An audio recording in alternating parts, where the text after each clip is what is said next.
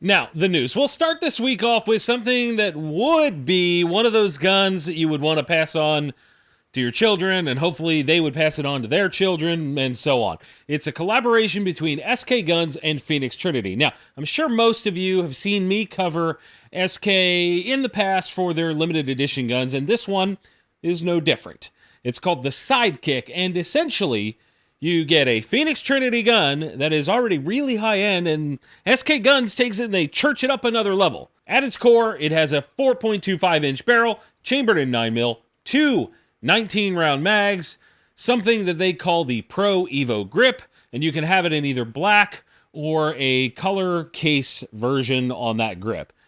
It's really fancy looking overall. It's also RMR cut on top of all that. And then you have these two giant sort of flared nostrils or ports for recoil management. Now, I actually have one of these things on hand for review, and it feels pretty incredible just racking the slide just to see how it is.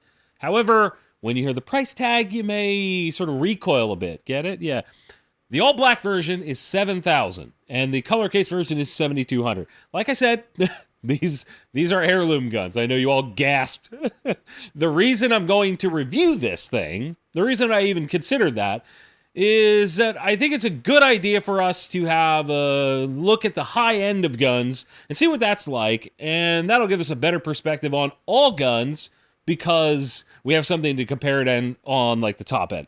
I'd love to hear what you guys think on this one. Sound off in the comments and tell me how much more this costs than your first car. For me, it's about $5,000 more than my first car. Welcome back to another episode of the Gun Collective News. I'm John Patton, and I have something special to share with you guys. Adam Kraut, one of the former hosts of a show right here on TGC, it was called The Legal Brief, he's back. We just released the first episode of a new 2A News Roundup show called The Big 2A. It's kind of like TGC News, but with Second Amendment rights stuff.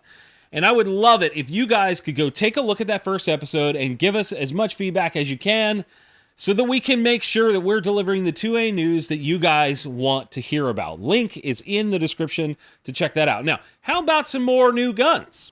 That's what this is all about, right? I'm going to hit one that's a bit less expensive than $7,000. It's another special edition. We have a few this week. This one is from ZVTech and Iron Monkey Rifle Works. It's a great company name. Now, if you don't know about Iron Monkey, their whole thing is taking guns that are kind of normal-ish and making them into basically works of art. They're beautiful.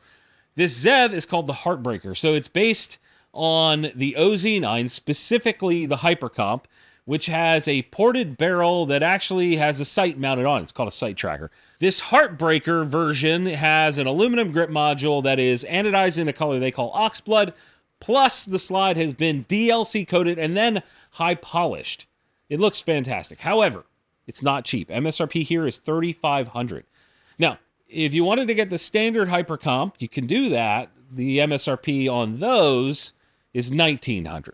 The MSRP on the aluminum grip from ZEV is $550 by itself. Then you have all the work done by Iron Monkey Rifle Works, and it's just not cheap.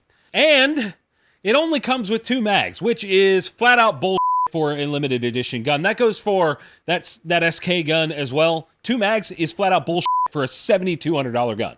I love the OZ9, and that's a lot of money. Let's hit one that's even less money. We're going down the scale this week. Ruger announced a new line of 1911s called the Street Edition. On each of these pistols is a street address associated with one of Ruger's facilities, and each one of these is also a limited edition gun. So it's kind of like Pokemon, but with more FUD. You got to catch them all, right? First is the Red Barn Edition. This one we actually did cover before, but since it's part of the series, I figured I'd bring it back in. Then you have the Southport, Connecticut version, the Mayodan, I don't know, North Carolina version, Newport, New Hampshire, and Prescott, Arizona as well. The thing that changes from one to the next is, of course, the grip color and the engraving on the top of the slide with that address. They're all 45 ACP, all 4.25-inch barrel, and 7-round mags. They're also all limited to 500 units each. MSRP is $1,900, and that is a load of money for a Ruger 1911. I hate when gun brands do this type of low effort special edition crap that's just for like weird collector. Like, make a good gun that's interesting as a special edition. It's really not that much different than a normal one, and then you jack the price.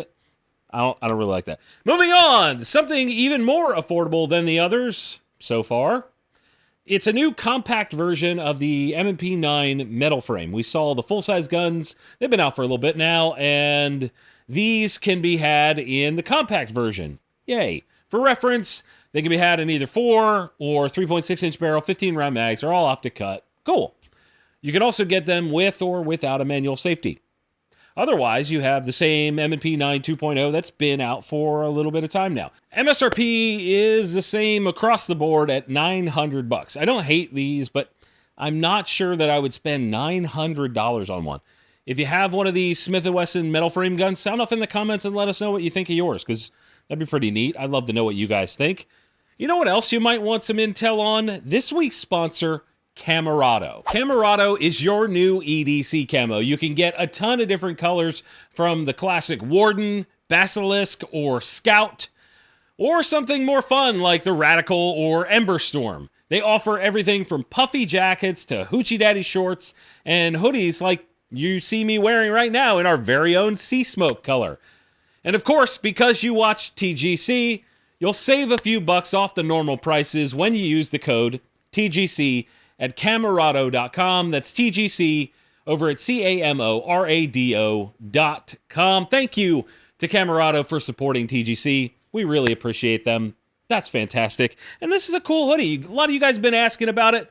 There we go. Let's keep it rolling with this week's friendly fire question. If you happen to want to ask me a friendly fire question, slam it down in the comments with the words friendly fire somewhere in it so that I can actually go back and find it. Our question comes from Ikern1000, which kind of just sounds like Glorilla saying acorn. You got a beautiful spirit. He says, who cares about bump stocks? And then proceeds to make himself feel better for that stance. I'll make myself as clear as I can. If you are fine with certain accessories being banned at the whim of a politician, you, my friend, are part of the problem here. Americans were turned into felons overnight because of a piece of plastic. That is what matters here, not the actual accessory itself, the fact that they're able to just ban it. I think it's important for us gun owners to step outside of our small worlds, realize that even if we don't care about a specific product, the government banning it especially after it being lawful for years, that's just f***ed up.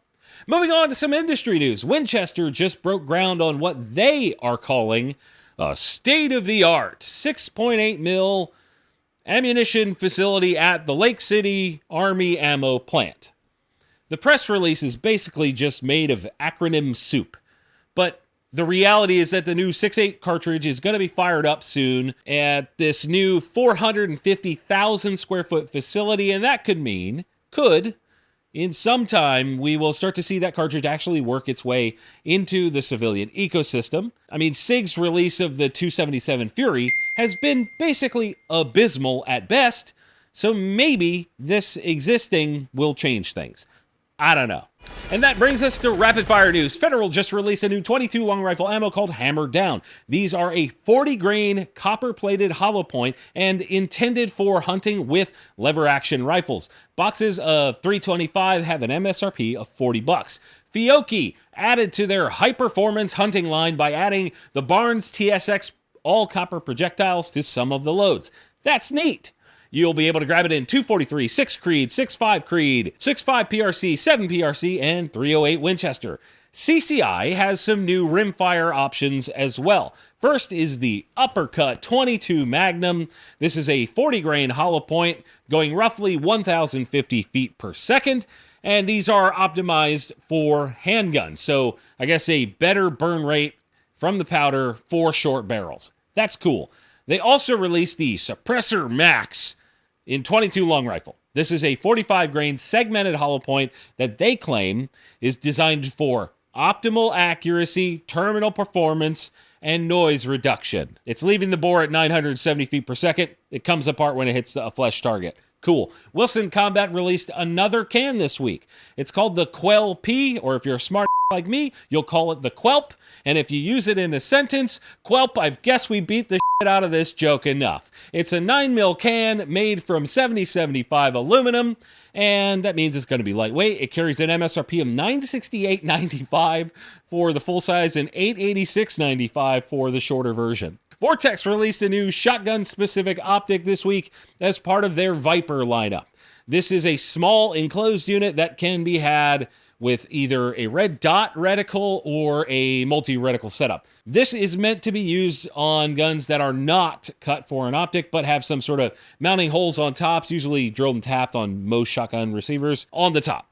Red dots are great for turkey hunting or slug guns, things like that, but despite what Vortex and other optic manufacturers will tell you, this is not a great call for wing shooting. It's just not. It's not the great call. MSRP on the plain dot is $430 and the multi-reticle is $500. And Shield Sights released a new one called the OMS-SC. This one is unique because it's sort of missing part of the black housing on the top of the glass. It's been replaced by a clear material, I'm not sure what that material is, to allow you to see more downrange. They say it's like having a panoramic roof for your optic. MSRP is $430, and it can be had in either 8 MOA or 4 MOA dot. I can't decide if I love it or hate it. I really can't. I kind of like it, but like at the same time, it might be stupid. I think I'll have to get one in for using on review guns to see if it's any good. And that's it this week. It's a pretty short week, and I appreciate you watching and hanging out with me for a few minutes. You guys are rad. Thanks so much. Toodles. Peace out.